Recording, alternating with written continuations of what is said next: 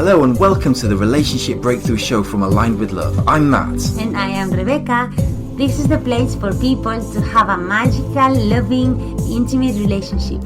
Thanks for joining us. Now let's get started.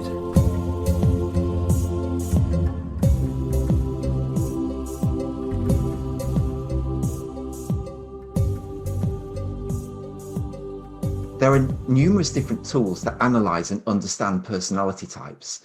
And these can really help us understand the different challenges that we are most likely to experience with different people in a relationship that could have a different style to the one that we have ourselves.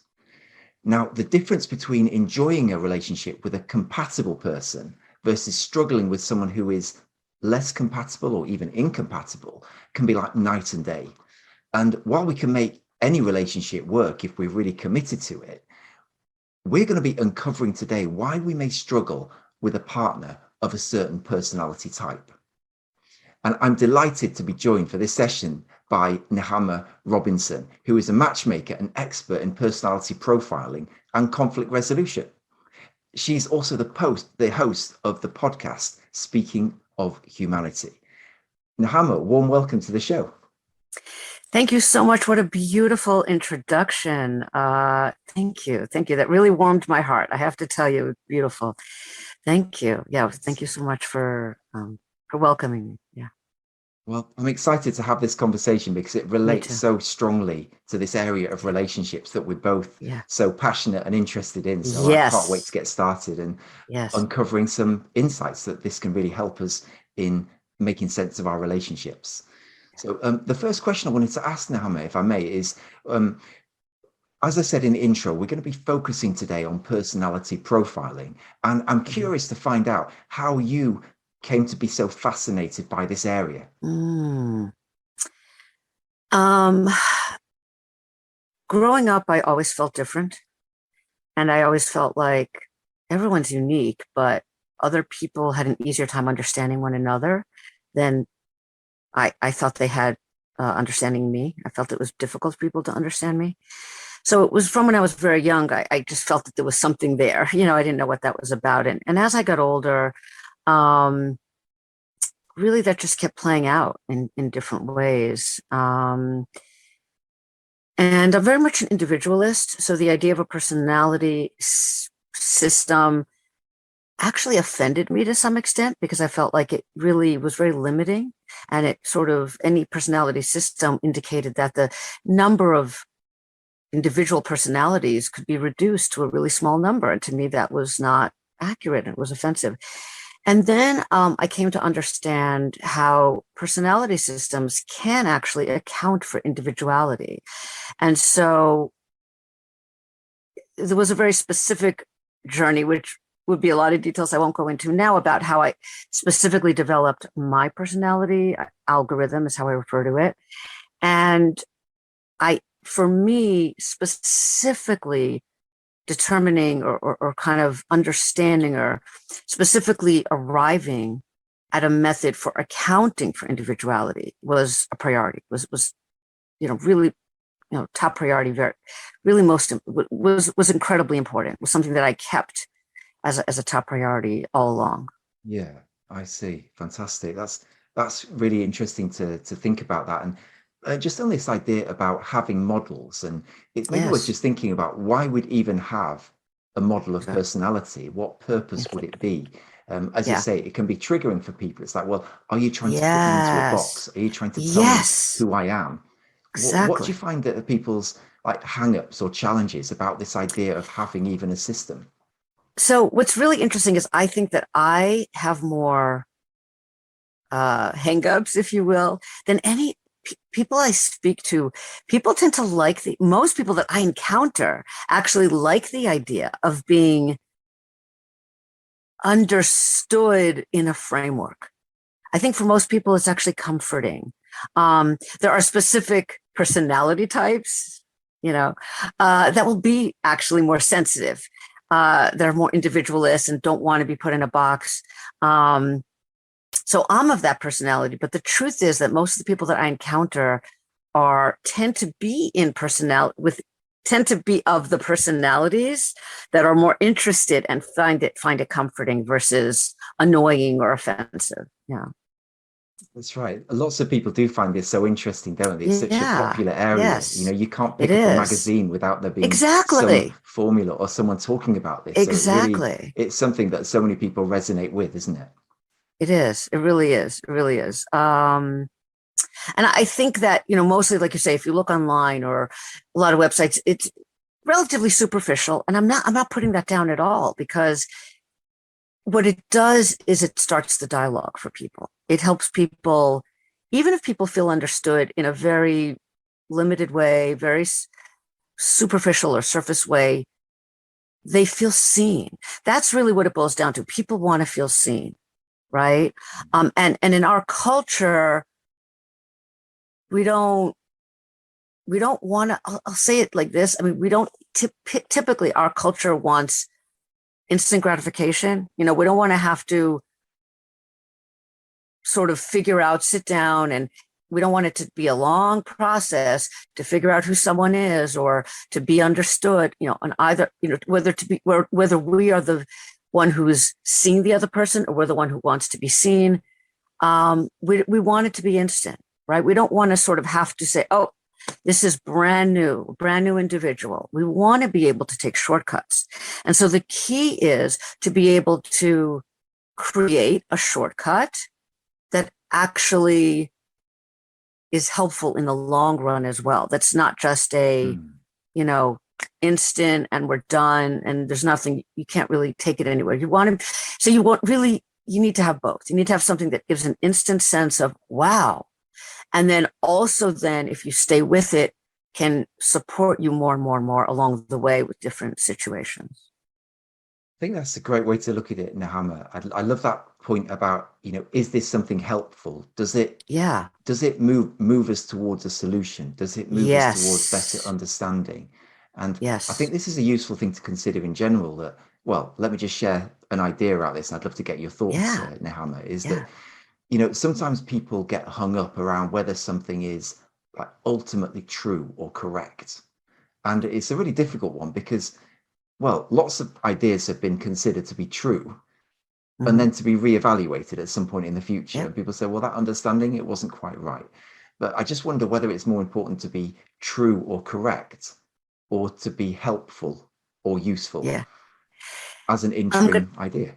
Well, let me just, that really makes me laugh, not laugh at it, but laugh with it. I'll explain what I mean by that.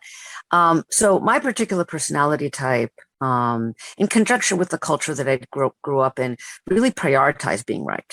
Very much prioritized it. So, I mean, I'm 57. Decades ago, I made a comment to someone that prior to that point, and it's still a journey for me, but if someone had asked me, would you rather be right or would you rather be happy? I would have said, what a ridiculous question. Of course, I'd rather be right. Okay, because for me, for my personality, I prioritize that. And so that's okay that's where I was. I've also realized as I've matured that that's not actually truthful at a very core level. Like that's actually not true. Like, and again, it's complex, but I think that, so to answer your question, I think there are a couple of important points. One is that different personality types prioritize the veracity or, the accuracy of something to different extents. And that's okay. We don't all have to prioritize accuracy to the same extent. Some people can prioritize more, some people can prioritize less. That's not a problem. The challenge is when you have two people who are trying to communicate and they prioritize that differently. That's when it can cause friction. And, we can talk about that. But the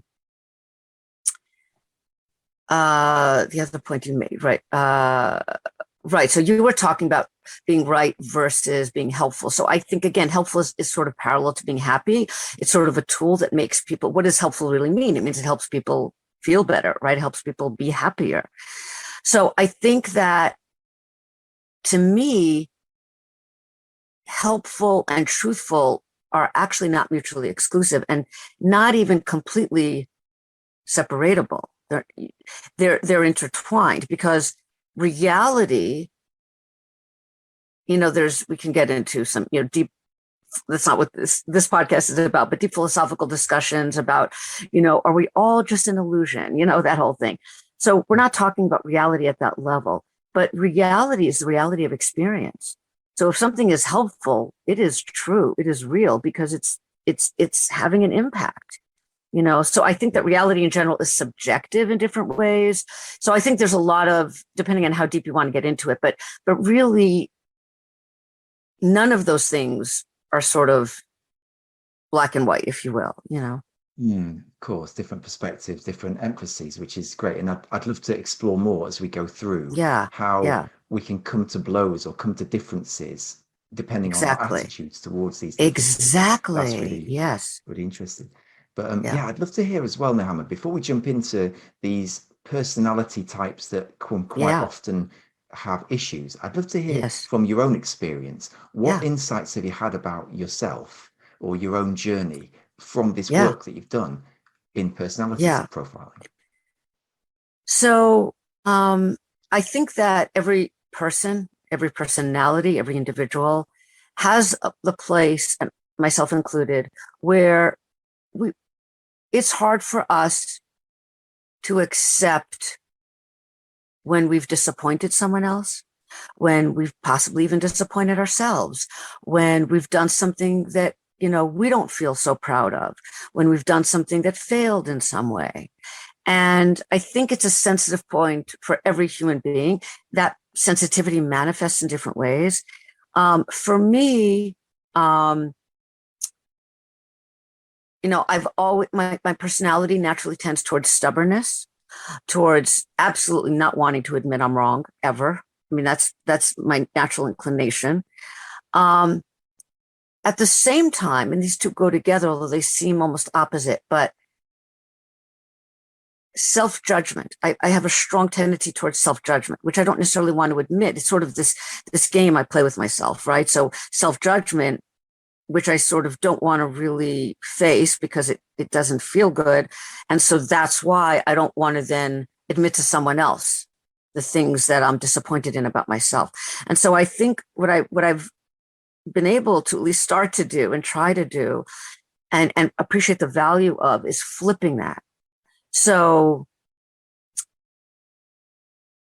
being less judgmental of myself, actually being more compassionate with myself, and really recognizing all my strengths, and that the places where I do disappoint or fail are human. They don't make me any less worthy. They don't, they're not something to judge myself about. And that actually creates a sort of space, a safe space to hold ownership of choices I've made, areas where I've had control, where I've had the choice, where it was in my, I had the ability to go one way or the other. And the way that I went was not necessarily successful. Whether it's something I could have predicted, whether I have something to learn from it, it's going to be different for every situation. But just saying, regardless of anything else, I'm going to own the fact that, when I did that, it didn't work, and that's been something that's been very, very, very hard for me my whole life. Whether it was something that I, again, could have known ahead of time, could have known, doesn't matter. I want to think of myself as, every choice I make is right, and so understanding personality, because everything I do, my whole personality algorithm is all strengths based. A very high priority. I put a very high priority on everything being looking at it from an empowering perspective. None of this is, some people will use personality systems to say, I can use this personality system to tell you what your weaknesses are, what's wrong with you, how you need to, fix yourself. And I find all that language offensive. So for me, I use my personality algorithm to help you appreciate your strengths, help you connect even more than you already are with your strengths, and help you to recognize that in your humanity, as in all of our humanity, you know, it's not about, look around. What about humanity makes you think it should be perfect? Because, nothing, when I look, I don't see anything. So it's not judge ourselves, love ourselves, not judge ourselves, and support ourselves, and, invite support from those who can give it to us, and just all positive, So I've learned to do that for myself to a large extent. Yeah. That's really helpful distinction, Nehama. I love what you said about being focused on the positive here. Yeah. And in that sense, the whole exercise can become empowering, can't it? Like Yes. recognizing the things that we're great at and how those strengths can show up in different situations. Exactly. And maybe some other strengths that we haven't quite developed yet. Let's say they're latent, but we can bring them out even more. 100%. Is that fair to say?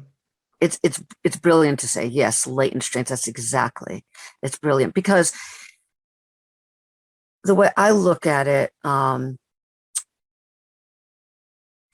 look at personality as toolboxes, and tools that naturally, in a perfect world, we would be naturally inclined to use a certain way.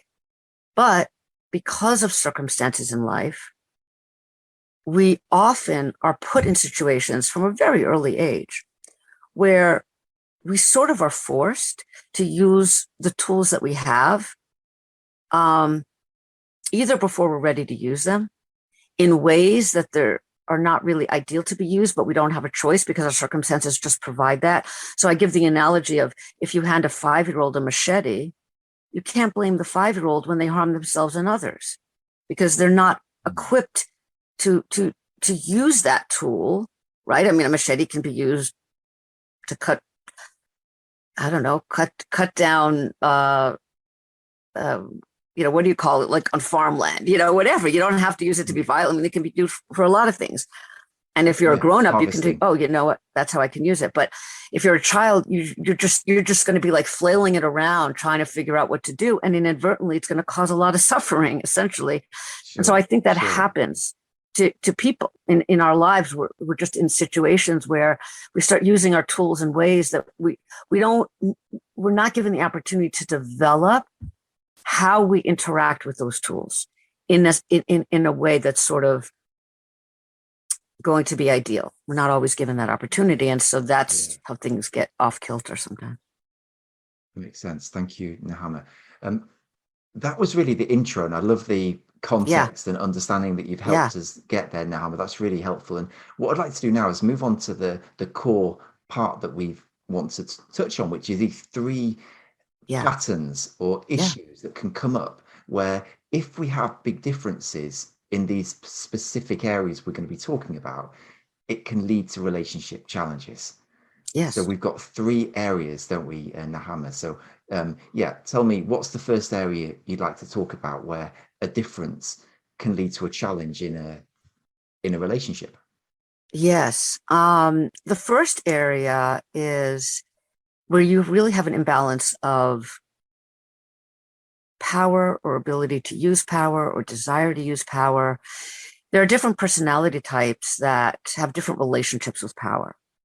And again, I don't see power as a negative. It's a tool. People use power to do a lot of good things in the world. But if you have 2 people, if you have one person who's inclined to use power, their relationship with power is sort of very solid.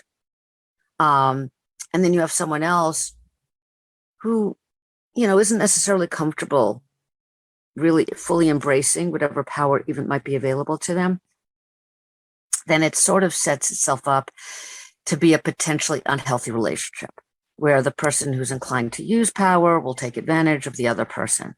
So now, unfortunately, I think there are many relationships like that.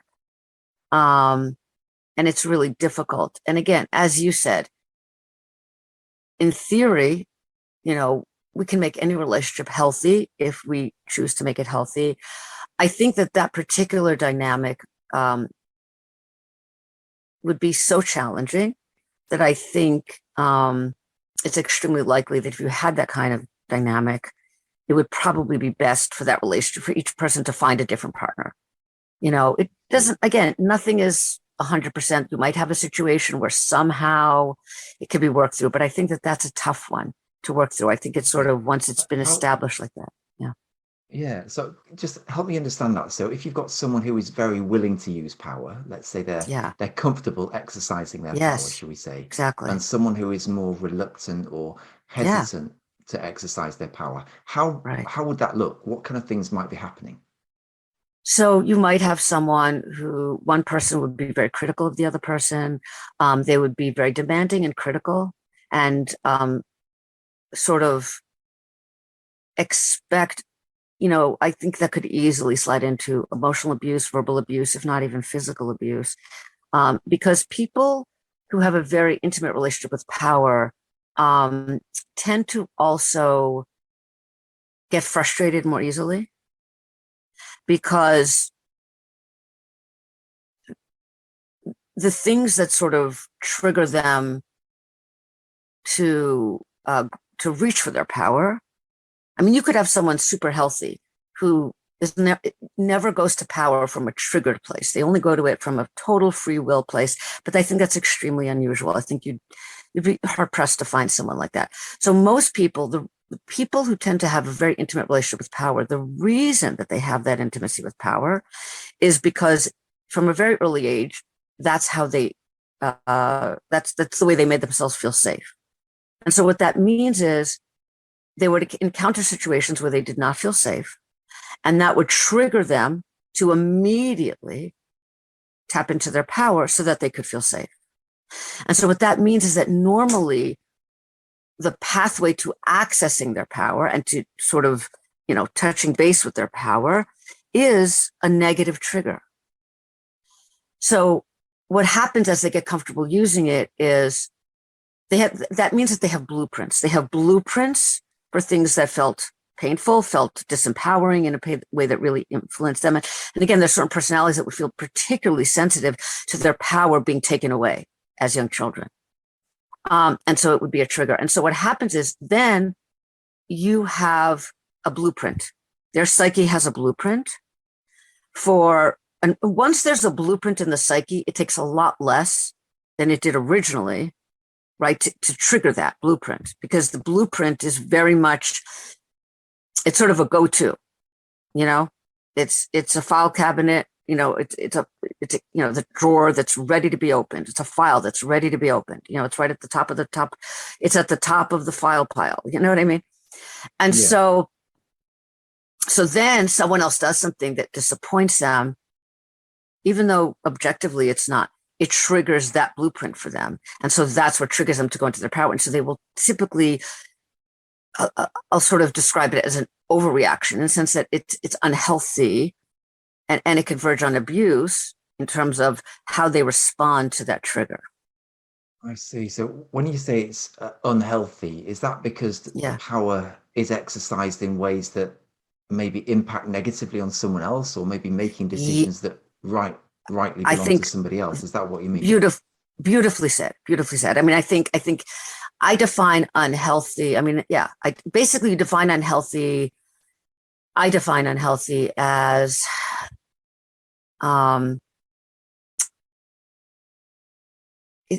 causing someone else. I see it taking away from someone else, essentially, so that taking away from someone else so that I can sort of have something that's not, I mean, there are obviously healthy ways that one person gives and one person receives, right? But the various elements is that person volunteering to give, or are we taking it from them against their will? So to me, unhealthy, sort of the first step in unhealthy dynamic is that it's not consensual. It's not consensual. So it's not just physical intimacy that's about consent. Every interaction we have with someone, there's an element of consent or there isn't. And so if there's an interaction between two people where there's not, full consent on both parts, that's not healthy. Agreed. Amazing. I love the way you explain that. Thank you, Nahama. So great. So we've covered the first one. So this is about how we relate to power, control, Yeah. and where there's a difference. So thanks Yeah. for that one. Let's move on to the second one, Yeah. please. Yeah. So sometimes you can have two personalities and there's not a right or wrong, but it's just a style of communication where if you have two people with these opposing styles, it's just asking for trouble, if you will. Sometimes you have people with the opposing styles I'm about to describe. Sometimes there are two people who have these opposing styles and are very comfortable with each other. Just because we don't have that style doesn't mean that we're not comfortable with someone else.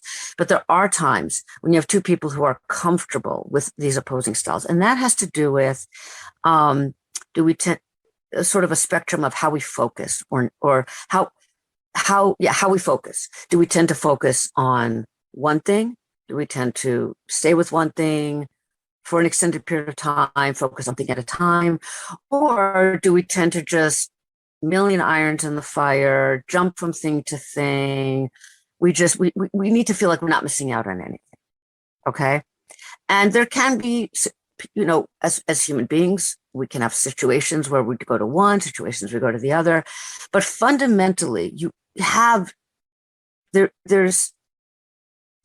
could make an observation about humanity that you have some people who are specifically uncomfortable with a more, linear focus on one thing for an extended period of time. That irritates them.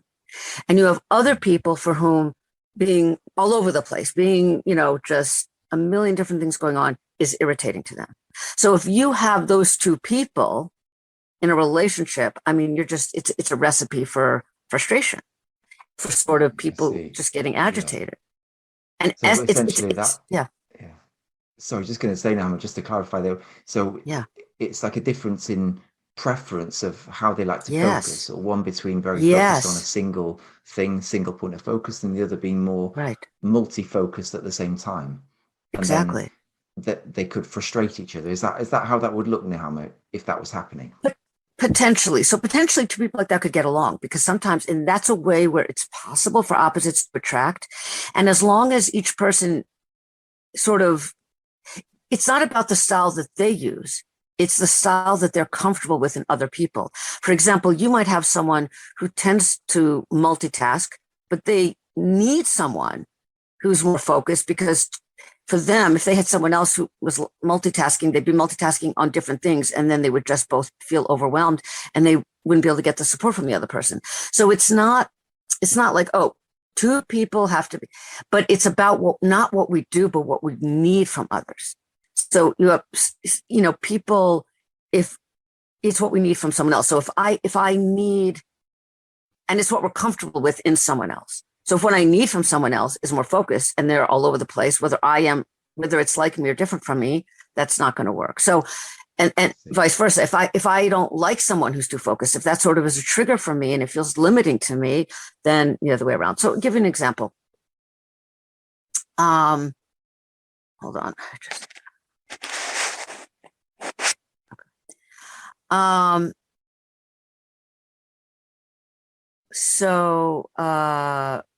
Okay, give an example. Yeah. So let's say,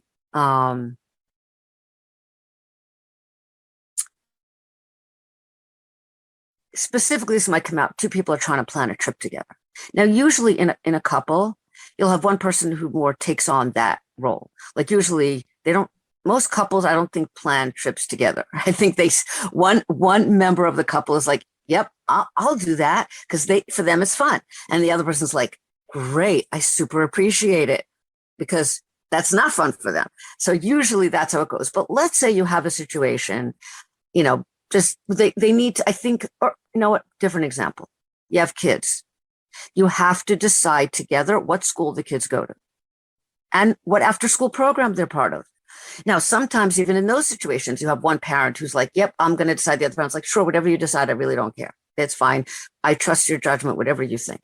But you do have plenty of situations where both parents really want to be involved in that decision. They really want to know. They have different priorities for what their kids are, going to be exposed to, how much downtime they have, right? And they need to negotiate that together. Okay. Sure. So let's say you have to, and let's say that even if, so again, this can be done, this can happen at many levels. Even if normally their division of labor, division of responsibilities means that they don't conflict around how they do things, because they tend to have a very clear division of labor. One, where one member of the couple is very focused and the other tends to do things in a multitasking way, but they each have the things that they do. And for each of them, the things that they do happen to even match really well with their style. It's perfect. Okay. You're not even going to have a constant issue, but then they have to make a decision together. And the person who's focused, like, okay, great. I'm creating the spreadsheet and we're just going to zoom right down. We're going to do that. And then we're going to narrow it down this way. And the other parent is like, oh my God, these decisions are not something you can decide in a spreadsheet. Okay. We have to like, take the kids on an outing and, sort of like play different games and see which ones they like. I don't know, like their whole approach is just going to be. Yes. So in that case, just to get clear, so with the spreadsheet, that's the focused mindset, is it? That's the person trying to be sort of single focus on one decision. And the other on one approach. It's sort of, they want to because they want to streamline the process. Right. So even though a spreadsheet can have lots of data in it, but the process of using a spreadsheet is very focused and you stay in it. When you do a spreadsheet, you don't, make a note and then leave and, make dinner and then come back and and fill in the second box and then go and watch a TV show, right? You stay in the process of creating the spreadsheet until it's done. I mean, to the extent that you have the data available, you might say, oh, I need more data. That's different. But you're still focused on this process, on the trajectory, right? By saying, oh, I just need to take a detour to get more data to bring in here. Whereas the other person's like, I'm not going to spend the next hour looking at a spreadsheet. Not going to happen. Like, no, we need to make this. And this is a much more emotional decision.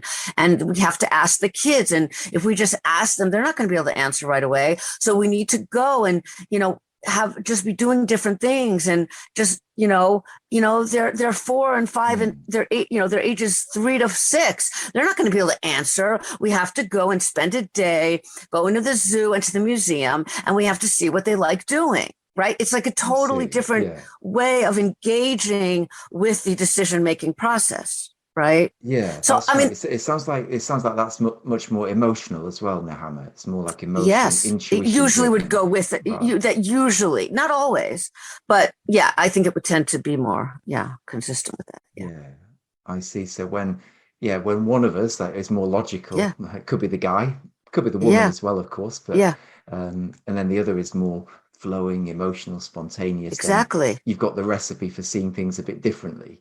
Yes, absolutely.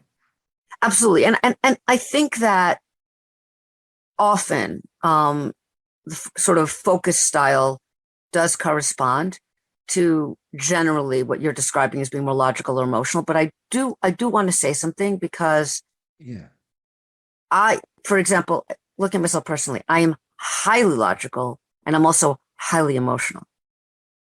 So I tend to be very focused. Like when I want to make a decision, I want to zoom in. I don't actually like spreadsheets because I don't like paperwork, but my process is going to be very focused, but I'm also highly emotional. So I just want to say that those are really independent of each other. People tend to group them together, and there may be cases where they are grouped together, but they not necessarily. Certainly, that's great. Thanks for clarifying that. It's useful to think about that. Thank you. So, okay, amazing. I really get that, Nahama. Thanks for bringing that to life again. So this difference in, multitasking versus focus and single goal approach. I love that. Yeah. Thank you. Let's move on to the third one. I'm really particularly interested in this one. Share with us what this is all about. So I'm going to use the word pain. And when I use the word pain, I don't just mean literal pain. I'm using the term, like, have you heard the phrase, pain point? right? Like if you're running a business and you talk about your customer's pain point, right? You're not talking just about, do they have physical pain? You're talking about the thing that pains them in life, the challenge that sort of, gets in their way, that really just they experience as something unpleasant, right? As something that they don't like dealing with in some way. And so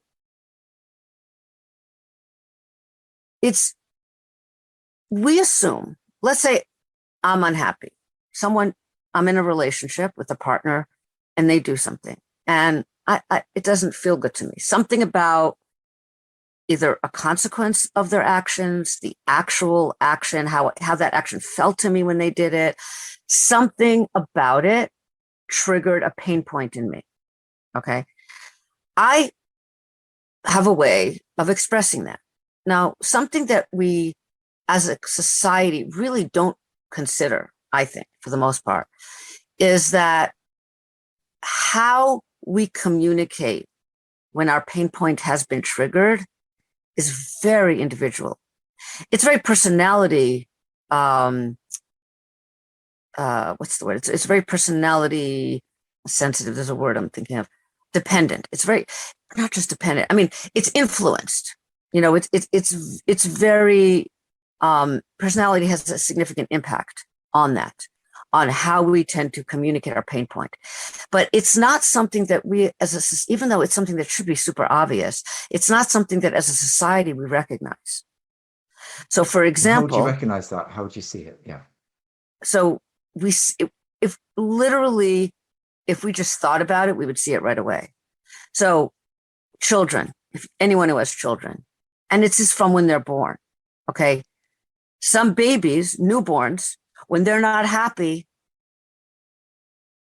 God forbid, it feels like if someone heard it, they'd want to call the police because they would feel that this child was being physically harmed. They're screaming bloody murder. Okay. It's just, that's how they communicate. That's how they express when they're not happy. You have another child. I'm talking infants. This is before they're born with this. Okay. When they could be in extreme discomfort and they might just, you'll see they'll stop being interactive. They might be like, they're just sort of feeling almost into themselves. Okay. Now, these things develop also. So it's nature and nurture, right? But we're born with certain baselines, and then what we experience in life sort of directs that to whatever extent. But there's a limit from the beginning. We sort of are born with a certain potential, a range. And then where we go within that range then is influenced by our experiences. The same thing as adults. And this again very much relates to personality. You have some personalities and some individuals, when they're not happy, we're talking a rant, crying. They seem very melodramatic. People would judge the way they're expressing themselves as overreacting. That again, various specifics, many examples and specific directions that could play out. And then you have other people and other personalities and some people have a combination depending on what the situation is, but I'm trying to just paint a picture of the extremes. One is, so the one is the very emotional. The other is, as grown-ups, people who, I'm actually going to point out three different. One is, so the first is very emotional. The second is, I'll say, tends towards what we tend to describe as passive-aggressive. They won't respond. It's like an oak tree. It's like the difference between a reed on the side of a river and an oak tree, right? That analogy where it takes, for the reed, it takes nothing and it starts blowing and looking like crazy, but it's never going to uproot itself. I mean, it will do that forever. An oak tree, it takes a huge amount. It's going to stay and really not be influenced. I mean, the leaves will, but the trunk is not going to be influenced by even a pretty strong wind. But if you do have a wind, if you have a hurricane and the oak is, that's it. It's dead. It's gone. There's nothing, there's it can't come back to life. And so it's the same thing. You have people with those extremes. The smallest thing, they react. They're very reactive. Other people, no. Even something that's hugely stressful for them, they're like pan-faced. whatever, shutting down in whatever way, they're just not expressing it. But then if something does push them, then they go into more trauma. And then it takes a lot more for them to come back to center. It's a different process. Then you have, and again, these are all extremes. And then there's a third extreme. When I say extreme, I don't mean that in a bad way. I'm just saying it's sort of an extreme example, like just to paint it as making it super obvious. Where you have someone who wants to talk it out. So they're not emotional, but they're very analytical, but they sort of are like, I'm not, again, they would tend to go with the highly focused as well. Something happens. We're going to talk if it's for the next 12 hours, nonstop. You can take a bathroom break, but we are not ending this discussion until this issue is resolved. So it's not emotional. It's very analytical. It's almost like a debating, right? So those are sort of three, extreme examples of different styles of how we want to respond, how we want to be responded to, what we want to do about it when we are, Yeah, that's great. Thanks for sharing that again. And what would it look like where we have differences in a relationship, let's say, between the different pain styles that you've described? How would that play out, or how would it look? So which two would you want me to give an example of first? I mean, I could do the other two, but for now, pick two. Pick two that you would want me to give an example. You choose. Just start with the first two, maybe. Okay. So now, of course, it depends who's feeling the pain point, right? So if you have two people, and the person who tends to be more stoic, right? And sort of, in a way, part of it is they don't feel they have the right. They probably grew up where it was like, grin and bear it, I hate this expression, but suck it up. They had to learn to just not, just deal within themselves. Someone who sort of has that as their reference point and sort of what life has sort of trained them to do. And obviously they have the ability to do it because they have a certain core personality that's able to manage things that way and might tend towards that. Let's say they made a decision. Let's say, or not even that. I'll do something.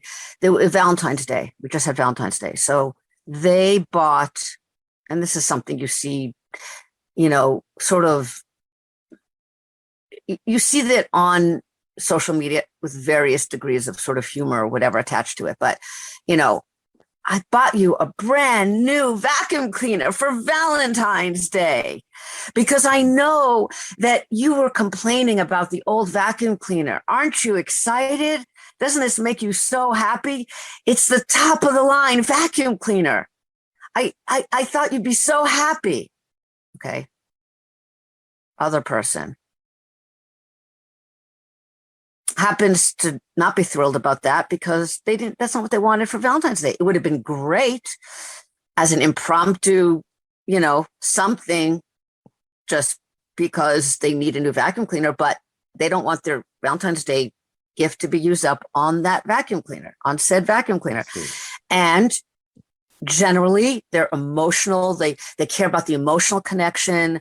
They know that they're not on an everyday basis getting that cuddly, affection that they really wish they had. But they sort of are like, okay, once a year, I've let that person know. Once a year, they know that that's just what I want from them, something emotional.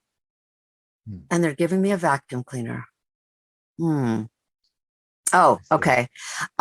So the person is just going to feel like in their mind, this is, this person should know this.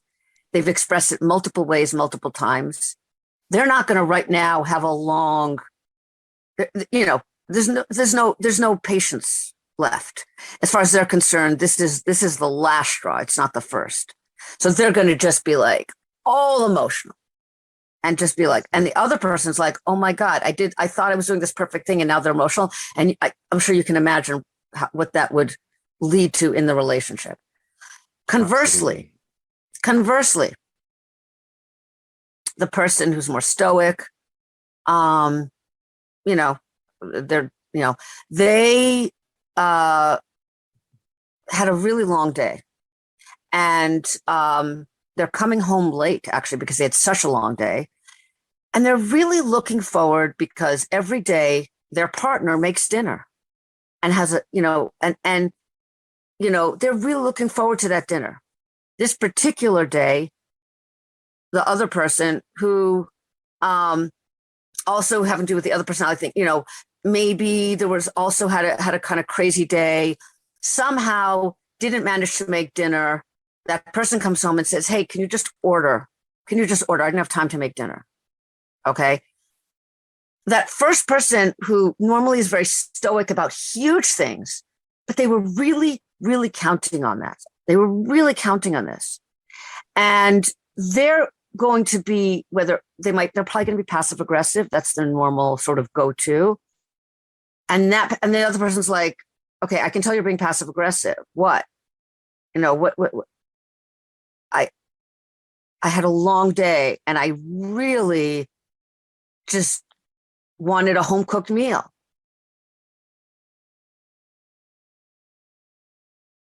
And I even called you and told you that. I texted you. Well, I was going to, but then this thing happened and I wasn't able to. What's the big deal? Just order. Okay. You can understand that would also lead to a feeling of just, it would be tough to resolve, even though it's, you see what I mean? It's sort of a different mindset and way of approaching what's important to us, what happens when that's not met. Fantastic. Does that help? So fascinating. Thanks. It does help massively.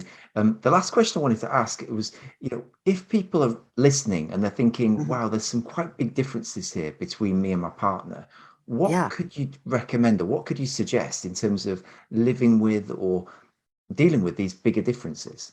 I mean, my personality algorithm helps with that. I mean,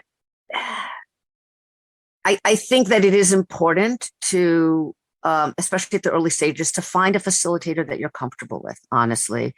And every facilitator is going to have their method and their approach, and you find someone you're comfortable with. And, any facilitator can sort of tap into my personality algorithm if they want to.